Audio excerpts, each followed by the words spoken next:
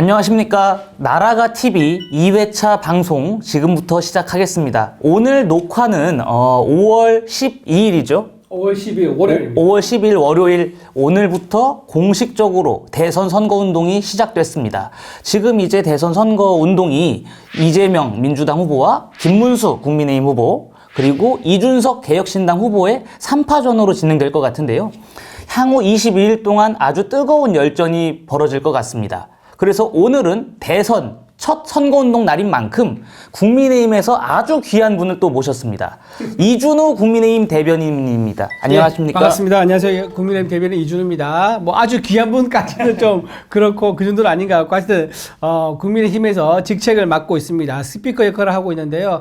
올해 초에 이제 대변인 임명돼 가지고 열심히 활동하고 있는 아직은 새내기 대변인 이준우입니다. 이준우 대변인과는 제가 굉장히 연이 오래됐죠. 그렇죠. 작년에 우리 같이 만나서 재작년에 그때가 아이고 오래됐네. 재작년에 그때 이제 선거 캠프 강서구 구청장 보궐선거였죠. 그때 처음 만나가지고 합을 맞췄었는데, 야 이제 서로 성장하는 모습이 좋습니다. 네. 자 이제 본격적으로 네. 오늘 방송 시작할 텐데요. 네네. 사실 저희가 좋은 말들을 많이 해야 되는데 네네. 지난 주말에 있었던 이야기를 안 할 수가 없을 것 같습니다.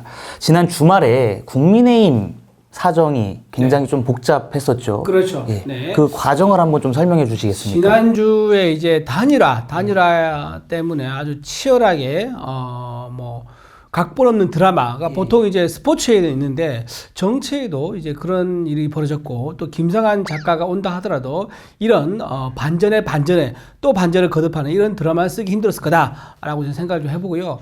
일단 전체적으로 보면 경선 8강, 4강, 2강 가는 이 과정에서 단일화된 이슈가 이제 관통을 했었죠. 그러고 나서 이제 최종 후보가 확정이 됐습니다. 이제 그러다 보니까 당 입장에서도 사무처 입장에서도 이번 경선이 끝나면은 바로 단일화된 작업이 들어가겠구나 싶어서 단일화된 이제 실무 작업을 했었습니다. 그런데 이제 경선으로서 최종 후보 확정되고 나서 단일화에 대한 이제 일정에 대한 얘기가 오가니까 근데 나는 단일화 한다고 했지 이렇게 빨리 한 건 아니다. 난 그 다음 주 하자라고 얘기하면서 그게 거기서 간극이 벌어진 겁니다. 그게 김문수 후보가 말했었던 거죠? 김문수 후보가 이제 얘기했던 부분이죠. 그러면서 조금 이제 단일화가 이제 속도의 차이가 나면서 당과 김문수 후보와의 정면 충돌이 그렇게 이제 벌어지게 된 거죠. 그렇죠. 근데 이제 그 김문수 후보가 취소가 되지 않았습니까? 후보 취소가 됐었습니다. 예, 후보 취소가 된 이후에 한덕수 전 총리가 국민의힘에 입당을 하면서 토요일 새벽 3시부터 4시 1시간만 이제 후보 등록을 받았잖아요. 그것도 상당히 좀 논란이 많았습니다. 그렇죠. 그래서 단일화라는 게 원래 어쨌든 여론조사를 통해서 지금 국민의힘에서 뽑은 후보와 그다음에 밖에 있는 유력 후보인 한덕수 후보 이 두 사람 중에 한 명으로 우리가 몰아서 가자. 그래서 시너지를 만들어서 대선 치러야지 승리할 수 있다라는 게 전체적으로 공감대가 있었죠.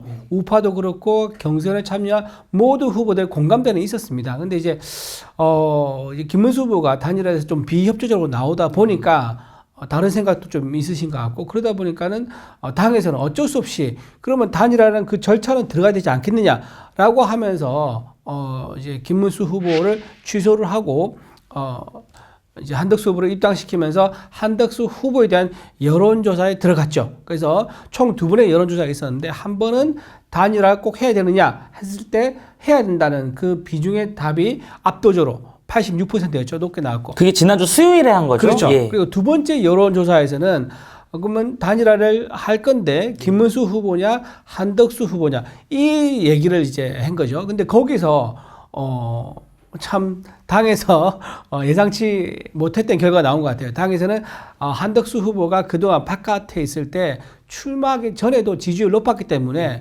출마 선언을 하고 우리 국민의힘이 들어왔다 그러면 그렇게 높게 나올 거다라고 예상했는데 막상 해보니까는 김문수 후보가 더 높게 나온 거예요. 그러다 보니까 네, 그러니까 방금 말씀하신 여론조사는 김문수 후보가 취소된 다음에 네. 한덕수 후보가 등록이 돼서 네. 그 한덕수 후보에 대한 찬반 투표를 말씀하시는 거죠? 찬반 투표 맞죠? 예, 맞아요. 그러니까 여론조사가 총 3번 네네, 있었는데 그렇죠. 첫 번째 말씀하신 단일화를 해야 되느냐 말아야 되느냐 그거는 이제 공개가 사실상 된 거 아니겠습니까? 네, 그렇죠. 그건 공개가 됐고 두 번째 여론조사는 김문수, 한덕수 이제 두 분의 선호도 조사였는데 네. 그거는 공개가 안 됐던 걸로 제가 알고 있고요. 안 됐죠. 그다음에 방금 말씀하신 마지막 여론조사는 이제 한덕수 후보로서 정해놓고서 이 한덕수 후보의 찬반 투표였는데 거기서 한덕수 후보에 대한 반대 여론이 근소하게 높았다 이거 그러니까 아니겠습니까? 74조 당원 단계에 당원 74조 2 이 조항을 언급을 하면서 이제 한덕수 후보에 대한 지지율을 물어봤는데 거기에서 이제 반대한다 이게 더 많이 나온 거죠. 결국 부결이 된 겁니다. 네, 부결이 됐죠. 당에서 예. 이제 밀었던 한덕수 후보가 부결이 된 거죠.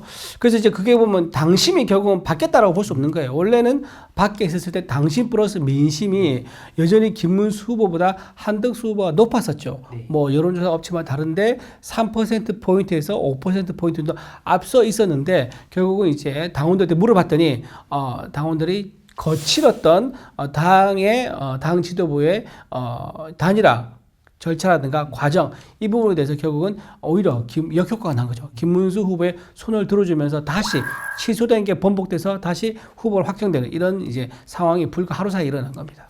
그래서 어제 그저께죠. 토요일 날 이제 권영세 비대위원장이 네네. 모든 일에 대해서 책임을 지고 사퇴를 했습니다. 그렇죠. 근데 권영세 비대위원장 사퇴 이후에 권성동 원내대표까지도 사퇴를 해야 된다. 이 쌍권 지도부가 이번에 굉장히 무리수를 뒀다라는 당내 일각의 비판이 있습니다. 이 점에 대해서는 어떻게 생각하십니까? 근데 지금 우리가 대선을 치르고 있는 상황에서 권영세 비대위원장 같은 경우는 이번에 후보 등록 전에 단일화가 안 되면 나는 직을 내려놓겠다 이미 예고를 했어요. 그러니까 본인은 말을 하고 본인이 약속을 지킨 거죠. 근데 권성동 원내대표는 거기에 대해서 입장을 낸 적이 없습니다.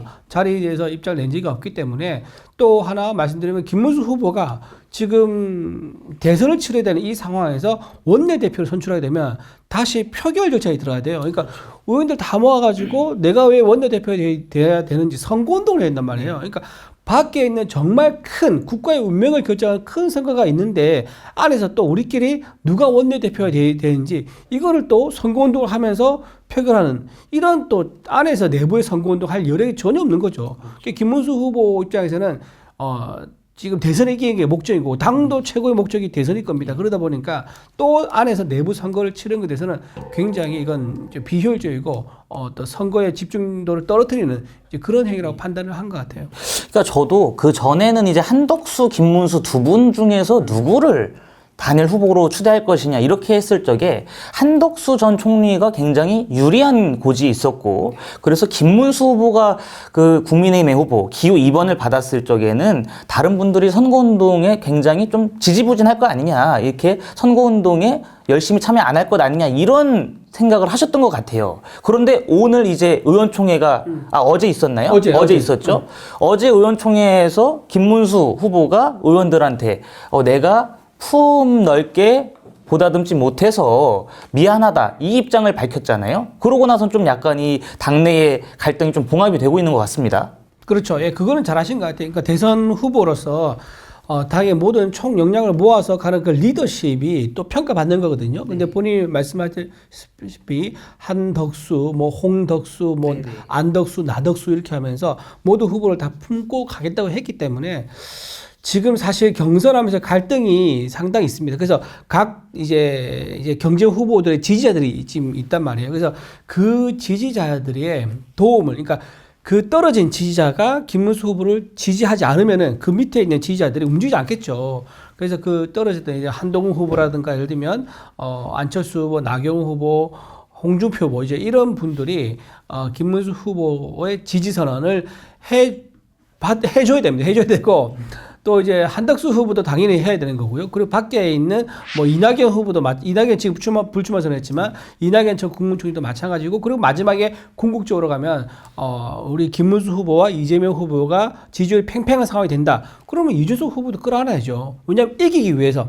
이긴다고 뭔들 못하겠습니까? 모든 상상력을 발휘해서 이기기 위한 선택은 뭐 피할 수 없다 그렇게 봅니다. 그러니까 지금 대변인께서 말씀하시는 모두가 힘을 합쳐야 된다. 이 명제에는 다 공감을 할 것 같습니다. 네네. 그런데 그 경선에 참여했던 분들은 물론이고 한덕수 전 총리조차도 이 선대위에 합류하지 않겠다 이렇게 말씀하셨거든요. 네. 게다가 홍준표 전 대구시장은 거의 SNS를 통해서 엄청난 비판을 가하고 지금 미국으로 떠난 상황입니다. 이 점에 대해서는 어떻게 생각하십니까? 홍준표 후보에 대해서는 전 이제 대구시장 그분에 대해서는 좀 실망하신 분도 많을 것 같아요. 그러니까 요번에요? 이번에 그러니까 본인이 여기서 정치 경력을 이제 국민의힘에서만 오로지 보내왔었고 모르시게 검사로 참 화려하게 데뷔했지 않습니까? 그리고 우리 당의 대선 후보까지 하신 분인데 본인이 이제 마지막 도주라고 이제 예고를 했다는 말은 이제 마지막으로 내가 도전한다는 것을 이제 모든 당원들에게 알려줌으로 인해 가지고 내가 이제 선택을 받을 거를 기대해서 그 말을 한 거죠. 근데 이강에 못 들어간 거예요. 근데 본인은 이제 김문수 후보와 자신이 될 줄 알았는데 한동훈 후보 사실 정치에 데뷔한 지 1년 정도밖에 안 됐습니다. 30년 정치 활동한 본인과 1년 정도 되지 않은 한동훈 후보와의 경쟁에서 밀리다 보니까 너무 자존심 상한 것 같아요. 그래서 그 자존심 상한 거, 섭섭한 거, 이제 이런 것들을 조금 이제 표현을 했는데 저는 좀 그건 적절하지 않아 보인다라고 좀 말씀드리고 싶고요.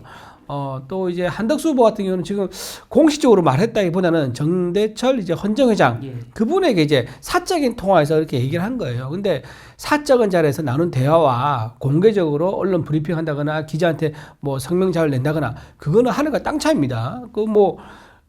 지금 김문수 후보든 이재명 후보든 또 한동훈 후보든 모든 후보들이 각자 회의 있을 때 친구와 대담할 때 평소에 참모랑 대화할 때 이런 내용들은 모든 가능성을 열어도 얘기하지 않습니까?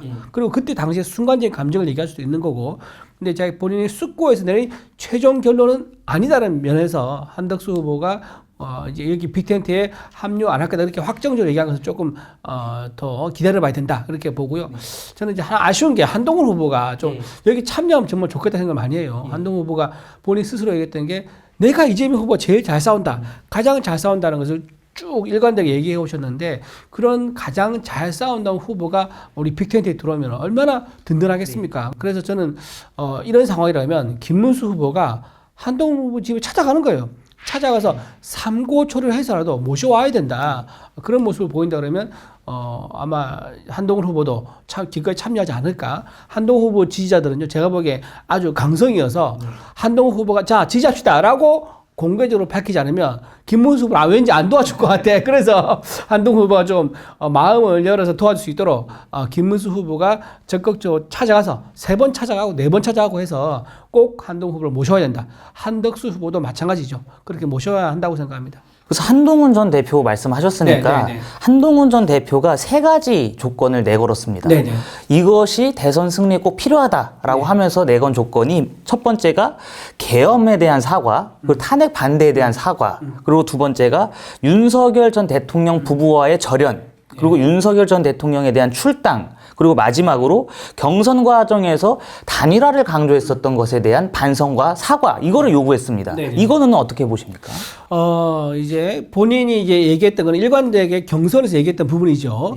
그리고 이제 김문수 후보도 일관되게 경선 내내 이제 우리 국민의힘 어떤 식으로 가야 된다 일관된 입장을 가져왔습니다.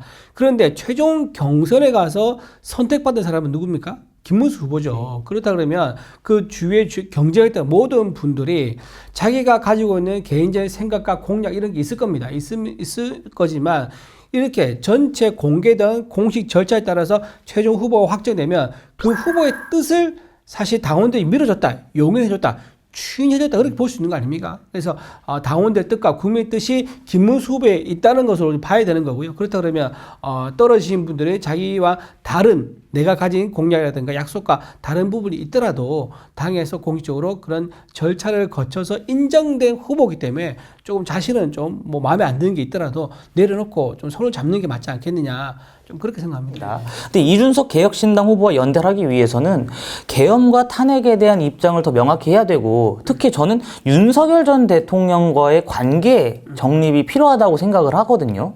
근데 지금 김문수 후보가 윤석열 전 대통령에 대해서 절연하지 않고 윤석열 전 대통령과의 애매모호한 관계를 유지한다고 하면 과연 이준석 개혁신당 후보가 그 반명 빅텐트 연대에 들어올까요? 결국 한덕수 후보로 첫 번째 빅텐트의 두 기둥을 만드는 거죠. 김문수 후보가 들어오고 한덕수 후보가 들어오고 나면 나머지 그 빅텐트의 기둥은 자연스럽게 채워줄 거라고 봅니다. 왜냐하면 지금 이 지지율 차이가 이제 김문수 후보가 굉장히 이제 이재명과 팽팽한 그런 단계가 아직 솔직히 객관적으로 아니죠. 근데 한덕수 후보가 참여함으로 인해가지고 확 치고 올라가면서 예를 들면 지지율이 5%포인트 차이 난다.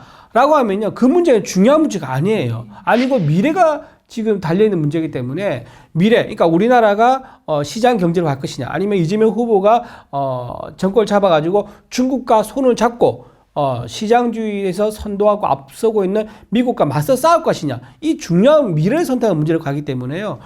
그 문제는 대선 과정에서 자연스럽게 정리가 되지 않을까라고 생각하고요. 저는 그 기점이 5월 24일 정도로 봅니다. 왜냐하면 5월 25일 날 투표 용지 인쇄가 들어가거든요. 네. 인쇄가 들어가면 이준석 후보 이름이 남아있는 상태에서 투표 용지가 찍힌다. 그러면은 물론 이제 하는 선거 투표 장소에 이준석 후보는 이제 출마를 포기했다. 뭐 이렇게 해서 안 내면 붙지만 그래도 이름이 있으면 도장 찍는 사람이 있는 거예요. 사표가 발생한 거죠. 그래서 저는 그런 사표가 발생하기 전에 투표용지 인쇄 전에 이준석 후보랑 손을 잡는 그림 그렇다 그러면 정말 아주 아슬아슬하게 김문수 후보가 이기는 그런 상황이 올 수도 있다. 저는 그래 봅니다.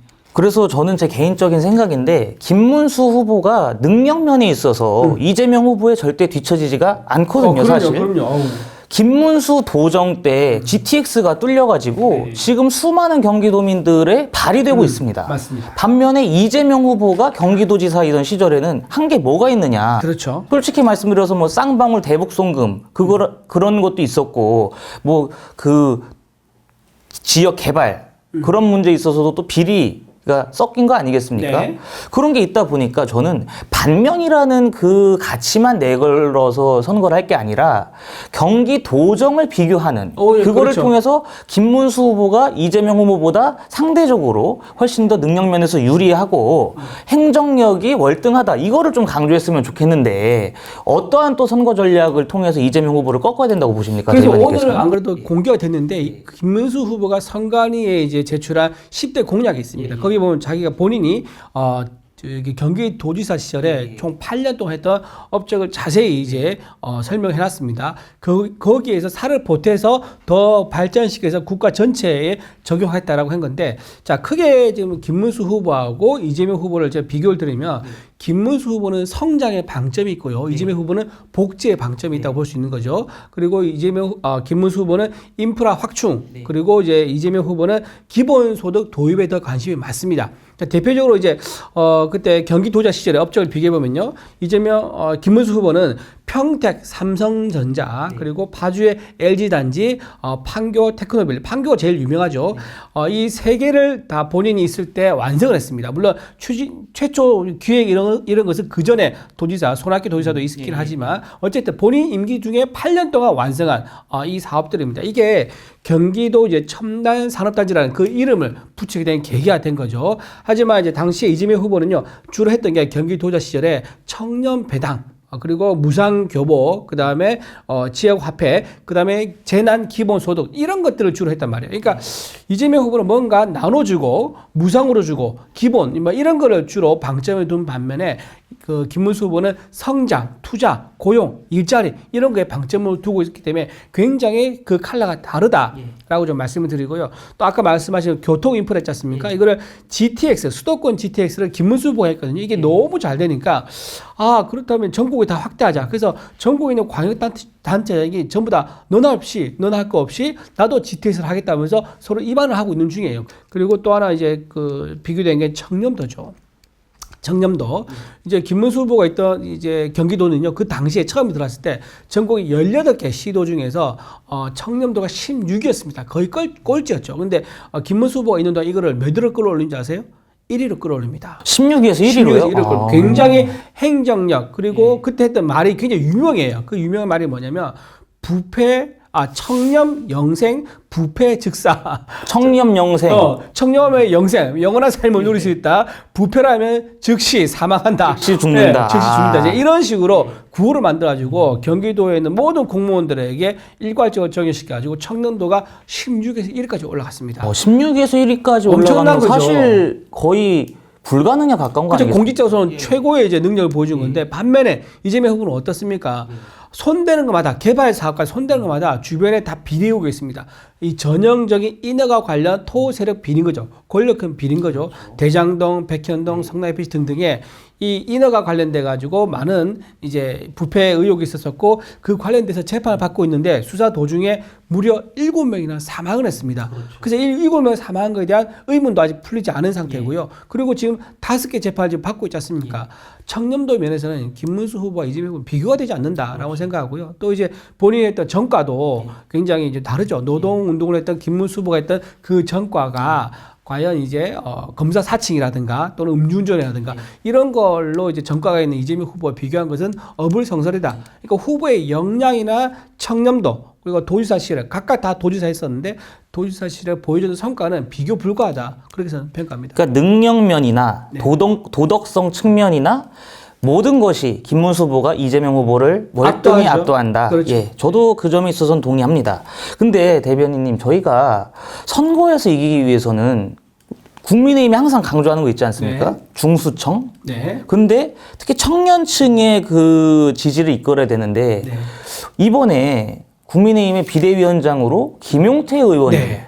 선임이 됐습니다. 네네. 이것이 청년층의 그 표심을 끌어오기 위한 일환인가요? 아니면은 어떤 점에서 지금 초선 의원이고 국민의힘에서 가장 최연소 의원 아니겠습니까? 네. 그분을 비대위원장으로 임명한 까닭은 어떤 거라고 보십니까? 좀 부럽더라고요. 35인데, 야. 90년생인가 그렇더라고요. 예. 예. 35에 이제 당에 이제 제 두 번째 큰 당이 예. 비대위원장이 되셨죠. 당대표죠, 사실. 당 대표죠. 35세. 근데 저는 34살 때 처음 보좌관을 달았어요. 아. 근데 그때도 사실 저는 좀 의연해가지고 유명했습니다. 굉장히 어린 나이에 보좌관을 달았으니까 그것도 수석 보좌관을 했어요. 지금도 34살이면 보좌관 달기 힘들지 않습니까? 그거 어렵죠. 지금도 어렵죠. 보통 보좌관 달면 40 넘어서 이렇게 해야 되는데 그때 34세 국회의원을 되고 35세 당 대표, 그러니까 비대위원장이 됐다 그러니까 대단한 거죠. 자, 이것을 왜 김문수 후보가 결단을 내렸을까? 이제 본인이 가지고 있는 단점, 약점이라고 봐야 되겠죠. 약점을 좀 쉐어하기 위해서. 그러니까 본인이 지금 어쨌든 후보 중에서는요, 출마 후보 중에서는 나이가 가장 많습니다. 그래서 지금 민주당에서 이거를 이제 공격을 좀 하는 것 같은데 제가 이걸 반박하니까 이제 민주당에서 반박을 안 해요. 이게 무슨 말이냐?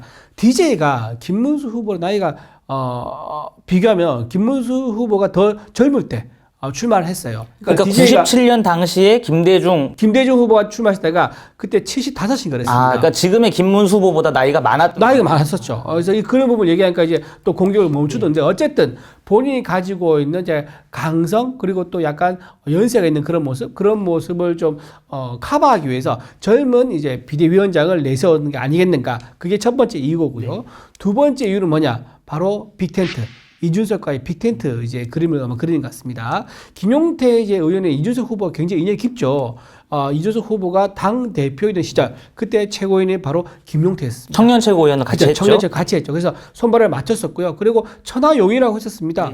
그 중에 이제 천하용이는 다 이제 김용태가 용자거든요. 그래서 거기에 들어갔을 멤버로 핵심 멤버였던 거죠. 다만 이제 이준석 후보가 당을 나갈 때 같이 나가느냐 안 나가느냐 했을 때 결국 안 나갔었죠. 여기서 남아서 내 할 일, 청년으로 할 일을 하겠다라고 했었는데 그렇게 과거에 끈끈하게 서로 신뢰하는 관계가 있었기 때문에 김용태 이제 의원을 비대위원장을 내세운 거는 결국 빅텐트로 가기 위한 큰 그림 아니겠느냐 그렇게 보는 것 같아요. 그래서 이준석 후보가 가지고 있는 2030 젊은 층에 대한 소구력 그거를 김용태 이제 비대위원장이란 지렛대를 이용해서 김문수 후보가 흡수를 하겠다 그런 그림이라고 지금 생각할 수 있을 것 같습니다. 그러니까 지금 단시간의 상황만 보는 것이 아니라 네. 향후에 벌어질 선거 국면에서 최대한 유리한 상황을 조성하기 위한 그러한 일환이라고 보시는 거군요. 그렇죠. 예, 그렇게 봐야죠.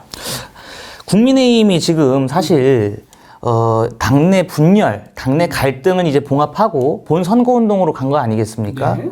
저도 국민의힘이 이제 그 뭐 한덕수 전 총리와의 단일화 그런 갈등이 있었지만 진짜 하나가 돼가지고 단일 대우를 유지해야 된다고 봅니다. 네. 앞으로 단일 대우를 유지하기 위해서는 어떤 식으로 더 노력을 경주해야 될지 일단 선대위를 좀 더 폭넓게 유연하게 좀 구성할 필요가 있습니다. 오늘 이제 선대위가 발표됐는데 직책을 좀 보니까 그렇게 썩 만족스러운 그렇게 이제 폭넓은 이제 인사는 아닌 것 같더라고요. 근데 이게 이제 어제 후보가 확정되고 오늘 발표 나는 거는 이제 당장 선거를 치러야 되기 때문에 뭐 빈자리를 만들 수 없으니까 이제 급하게 말을 한 것 같습니다. 그러다 보니까 좀 더 포용력이 있고 좀 더 한 이제 그릇에 다 담는 이제 그런 이제 인사는 아닌 것 같아요. 그래서 아마 이번 주 수요일 정도 되면 이제 좀 더 이제 보충하는 인사를 통해 가지고 각 경쟁했던 후보들 인사들 좀 담고 그리고 한동훈 후보도 담고 한덕수 후보도 담고 다 담아서 좀 더 폭넓은 이제 통합의 이제 선대위가 꾸려지지 않을까. 일단 그렇게 생각하고 그 선대위가 선대위 그릇을 잘 만드는 거 이게 가장 첫 번째 제일 중요한 거라 생각을 하고요. 그리고 두 번째 말씀드리면 이제 오늘부터 이제 공약을 이제 발표하기 시작했거든요. 아마 내일부터는 이제 공약들이 차근차근 하나. 그동안 여의도 뭐죠 굉장히 나중에 들어보면 깜짝 놀라는 그런 공약 몇 개 나올 거예요. 그런 것들 혹시 아는 게 있어요?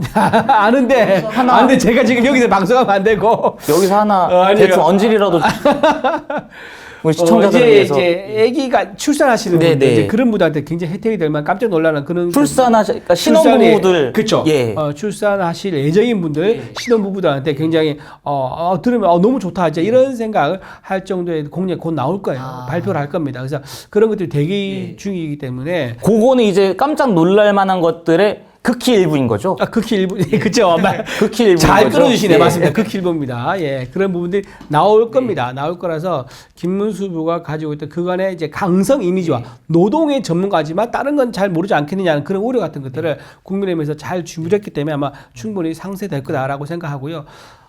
또 하나 이제 보면 이제 지금 이재명 후보가 가지고 있는 리스크가 사법 리스크 아니겠습니까? 지금 6월 13일로 지금 선거법 위반이 이제 파기환송심에서 연기를 했는 선고가 연기됐는데 이런 부분도 나중에 문제가 될 것 같아요. 지금 강 건너에서 불이 떨어져 있으면 불이 나면은 그는 좀 느긋합니다. 근데 바로 팔등위에 불이 떨어졌고 이게 언제 번질지 모른다 생각하면은 국민들은 불안해요. 그러니까 즉 표를 줘서 당선이 됐는데 보름 만에 당선 무효가 될 수 있는 그런 후보가 이재명 후보다는 것을 이제 곧 깨닫게 될 겁니다. 그러니까 자연스럽게 이제 이재명 후보 이야기로 넘어가 보겠습니다. 네.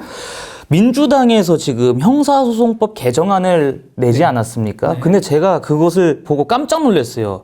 조선일보의 단독 기사에 따르면 형사소송법 개정안에 이런 내용이 있다고 합니다. 무죄를 선고할 예정이면 재판을 계속 진행해도 된다. 이게 말이 되는 법안인가요? 그러니까 헌법 이제 84조가 대통령이 되는 경우에 이제 탄핵 소추를 하지 아니한다. 그건 내란과 외환죄라 되어 있는데 그거에 대해서 이제 하는 얘기가 그러면 대통령이 되기 전에 재판은 어떻게 되느냐? 그게 설이 두 가지입니다. 재판 진행설, 재판 중단설. 근데 이게 확정된 게 아니에요. 그런데 지금 이제 민주당에서 재판 중단을 위한 입법했지 않습니까? 그럼 그게 역으로 무슨 의미냐면 재판이 진행된다라고 자기들 판단하는 거예요. 그렇죠. 그러니까 그 중단하는 그런 입법을 하는 거죠. 그리고 또 하나 말씀드리면 또 다른 헌법에 보면요. 이런 게 있습니다. 그게 몇 조인지 제가 지금 기억이 좀 가물한데 그 조항에 따르면 대통령 당선인이 재판에 의해서 거기서 당선 무효용이 된다 그러면 60일 이내에 선거를 치러야 한다는 그런 조항도 헌법에 있어요. 근데 그게 전제가 뭐냐? 재판이 진행되고 있다는 것을 전제하고 있는 거예요. 그렇죠. 예. 헌법에 나와 있는 겁니다. 그러니까 아까 말씀드린 입법, 민주당이 하는 그 입법이 재판을 중지하는 입법을 한다면 이 헌법에 나와 있는 것과 상충되죠. 위헌 소지가 있는 겁니다. 그래서 그쪽도 그걸 알 거예요. 알음에도 불구하고 이거 한 이유가 뭐냐? 첫 번째, 충성 경쟁. 이재명 대표로 해서 우리는 이렇게까지 합니다.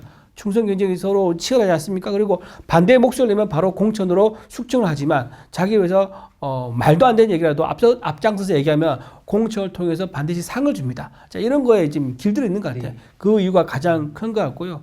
이제 또 하나 지금 어쨌든 이 대선에서 국민들이 가지고 있는 당선 무효에 대한 불안감, 그거를 좀 그나마 이 입법 때문에 여러분 당선 무효 안 됩니다. 걱정 마세요. 라고 얘기하고 싶은 거예요. 그러니까 대선 홍보용인 거죠. 이 두 가지 이유 때문에 민주당에서 이렇게 무리해서 위헌 소지가 높은 입법을 한 게 아니겠는가 생각합니다.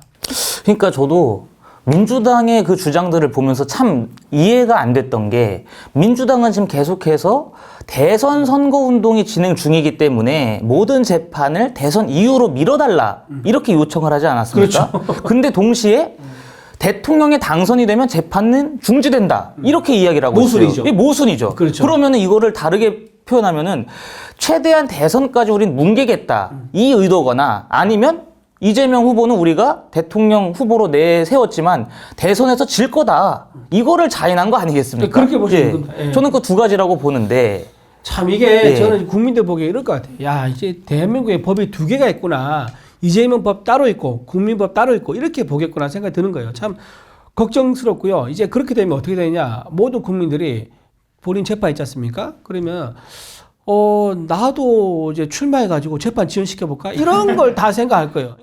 이제 14일이죠. 14일 날 조희대 대법원장을 상대로 청문회를 개최한다고 합니다. 민주당이. 이게 헌정사 초유의 일이라고 하더라고요. 그렇죠. 예, 군사 독재 시절에도 없었던 일이라고 하는데 이거는 어떻게 보시나요? 이제 청문하는 이유가 뭡니까? 파기환송 이제 파기환송. 때문에, 예. 이재명 후보를 유죄로 파기환송했다. 그 목적을 하는 건데 이거는 조희대 대법원장 본인한테 이제 파기환송에 대한 보복 첫 번째 이유고요. 두 번째 이유는 뭐냐? 본복이에요. 아, 본보기. 본보기. 예. 그러니까 이런 게 있습니다. 그 수천 명의 사람들 주변에 있다 칩시다. 자기는 단생 혼자 올라가 있어요. 그리고 그 사람이 총을 한 자를 가지고 있습니다. 그리고 그 총 안에는 총알이 한 발밖에 없어. 그런데 그 사람들 수천 명 한 번에 제압할 수 있는 방법이 뭔지 아세요? 한 명을 겨냥해서 실제 총을 쏘는 겁니다. 그럼 수천이 보는 앞에 한 명이 쓰러지지 않습니까? 그러면 그 다음에 그 총이 사실 총알이 없어도 총구가 비어 있어도요. 총구만 싹 이렇게 돌리잖아요. 수천 명이 동시에 엎드립니다. 그걸 보여주기 위한 거죠. 이렇게 조희대 대법원장을 청문회에 불러가지고 완전 인격을 말살시키고 그리고 선전선동을 하고 이렇게 해서 망신을 주면은요. 나머지 있는 재판부도 인간이기 때문에 영향을 받습니다. 야, 내가 이재명 후보한테 유죄를 주면은 불려가지고 완전 개망신 당할 수 있구나. 그리고 내가 했던 모든 업적이 저렇게 선전선동에 의해서 한꺼번에 부정될 수 있고 참 사회 뭐 나가면 잘 모르는 사람도 나를 보고 알아보고 비판할 수 있는 거고 그런 두려움에 쌓인단 말이에요. 그런 식으로 본보기를 하기 위해서 조희대 대법원장을 14일 청문회에 부르는 거고 그리고 지금 뭐 탄핵 얘기도 나오고 국정조사 얘기도 나오잖아요. 확실하게 보복한 걸 보여주는 거예요. 그렇게 해서 아까 말한 재판부가 이재명 건들지 마라. 이제 이걸 하기가 목적인 거죠. 사법부 장악 의도가 있다. 그렇죠. 예, 그러니까 본인은 몸통이고 사법부를 꼬리를 만들겠다. 이제 그런 거죠. 예, 그리고 어젠가 보도에 나온 건데요. 민주당이 조국혁신당, 진보당 등과 공동선대위를 구성한다고 합니다. 예, 참 안타까운 일이고 참 놀라울 일입니다. 지금 특히나 진보당에 대해서 너무 충격적이에요. 그렇죠. 네. 진보당은 통진당의 후예 아닙니까? 맞습니다. 통진당 왜 정당이 해산됐습니까? 네. 실제로 우리나라에서 그 테러를 이제 모의했었고 그걸 저 황당한 얘기인데 뭐 이런 거 있지 않습니까? 뭐 전기망, 송전망 또는 이제 인터넷망, 상하수도망 이거를 실제로 어디 가서 폭파시키게 가장 효율적인지를 모여서 구체적으로 논의를 했어요. 녹취가 있죠. 녹취가 있죠. 그러니까 이게 망이 따로 있으면 여러 군데 가서 폭파시켜야 되니까 불편하고 효과가 없다 해가지고 그게 다 같이 모여있는 5개 뭐 종류가 모여있는 핵심 관이 있대요. 그거 하나만 폭파시키면 순식간에 대규모 정전이라든가 하수구 뭐 인터넷 막 이런 것들을 다운시킬 수 있다라고 하면서 그걸 모의했었죠. 영화에나 나올 법한 영화에 나온 얘기를 얘기죠. 그렇게 해서 정당 해산됐습니다. 맞습니다. 통진당이. 예. 근데 그 후회가 진보당에 이어진 거예요. 즉 정당 해산됐지만 통진당에 그때 그 모였던 그 사람 그대로 진보당의 이름으로 다시 모인 상태예요. 그래서 나왔던 후보가 누굽니까? 김재현 이제 대선 예비 후보였습니다. 그래서 모였던 진보당의 핵심 가치가 뭐냐? 주한미군 철수예요. 그렇죠. 그다음에 국보법 폐지예요. 그다음에 한미 군사 동맹 파기하라 그런 겁니다. 그런 상태고 북한이라고 안 부릅니다. 그쪽은 북녘. 북녘이 아주 자기들 따뜻한 용어라 생각하는지 모르겠는데 북한이라고 뭐냐고 북녘이라고 부릅니다. 자, 그런 이제 정당과 손을 잡았다. 단일화 했다는 것은 무슨 의미냐? 그럼 이재명 후보가 그 단일화의 뜻을 품는다는 얘기잖아요. 그럼 이재명 후보는 자기가 정권 잡으면은 그러면 한미 군사 동맹하게 파기할 겁니까? 주한미군 철수시킬 겁니까? 그리고 이제 박선원 의원 같은 경우는 옛날에 굉장히 극렬한 친북 종북주의자로 분류되는 분인데 그분이 예를 들면 통일부 장관을 한다거나 또는 그분이 예를 들면 국방부 장관을 한다거나 또는 국정원장 한다거나 이렇게 안보와 직접 관련된 자리에 기관장으로 간다고 상상해 보세요. 그 어떤 일이 벌어지겠습니까? 북한에 있는 우리 블랙 요원들 전부 다 이제 숙청될 수 있는 거고요. 또 안보 불균형, 군사 기밀 다 넘어가는 거죠. 이제 그런 상황은 정말 상상하기도 쉽지 않은 그런 이제 그렇다고 말씀드립니다. 그러니까 이재명 후보가 지금 계속해서 내란 종식을 이야기하고 있습니다. 그런데 진짜 찐 내란 세력이어가지고 헌법재판소에 의해서 해산된 정당의 구성원들과 지금 함께한다고 하면은 찐 내란이지. 이재명 후보는 내란 종식을 이야기할 자격이 없는 거 아니겠습니까? 그렇죠. 찐 내란 세력이랑 같이 하면서 네네. 저는 그런 면이 정말 지금 걱정이 됩니다. 그래서 대변인님 저희가 이 프로명이 나라가 TV입니다. 왜 나라가 TV인 줄 아세요? 나라가 그랬으면 좋겠습니다. 네네. 진짜 날아가서 위로 상승을 했으면 좋겠는데 네. 그게 아니라 나라 걱정을 하시는 분들이 너무나 많아가지고 이 나라가 이런 한탄이 국가 곳곳에서 들린다. 그래서 그것을 우리가 어떻게 한번 잘 조정을 해보자. 그렇게 해서 저희가 나라가 TV로 이름을 지은 이름 잘 것이거든요. 지었네요. 네. 그런데 진짜 이재명 후보가 이 공동선대위를 구성한 이분들이 집권하게 되면 이 나라가라는 그 통곡 소리가 국가에 너무 넘쳐날 것 같습니다. 이 나라가 이제 이래서 되겠느냐 이런 통곡이 막 우리나라에 막 드글드글 할 겁니다. 그래서 반드시 이번에 반명 빅텐트가 성공을 해가지고 이재명 후보의 민주당의 집권을 막아야 된다. 그죠. 나라가 통째로 드럼통에 들어가서 되겠습니까? 예. 그런 면에서 이제 시청자 여러분들께서도 저희 이 프로그램에 대한 애정과 관심을 많이 주셔야 됩니다. 구독과 좋아요 이거 한번 해주시죠. 구독과 좋아요, 알림 설정. 그건 이제 구독과 좋아요, 알림 설정 이렇게 하면 됩니다. 네, 알겠습니다. 그래서 진짜 나라 걱정을 해주시는 그 열망으로 저희 프로그램에도 많은 관심과 성원 부탁드리겠습니다. 구독과 좋아요, 알림 설정. 네, 오늘 정말 귀하게 모셨습니다. 이준우 국민의힘 대변인 마지막으로 한 말씀 해주시면 감사하겠습니다. 지금 우리는 미래를 선택할 수 있습니다. 과거는 선택할 수 없지만 미래는 선택을 할 수 있습니다. 뭐 방송 앞에서 뭐 많은 부분을 얘기해서 그 들으면 다 아시겠지만 우리 미래가 어디로 갈지 그거는 지금 여러분이 선택할 수 있다는 거 잊지 마시고요.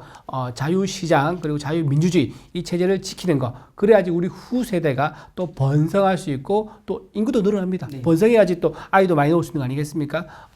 미래를 위한 선택 꼭 부탁드립니다. 네, 이준우 대변인의 마지막 말씀까지 들었고 오늘 나라가 TV 2화 방송은 이렇게 마치도록 하겠습니다. 시청해주신 시청자 여러분 감사합니다. 고맙습니다.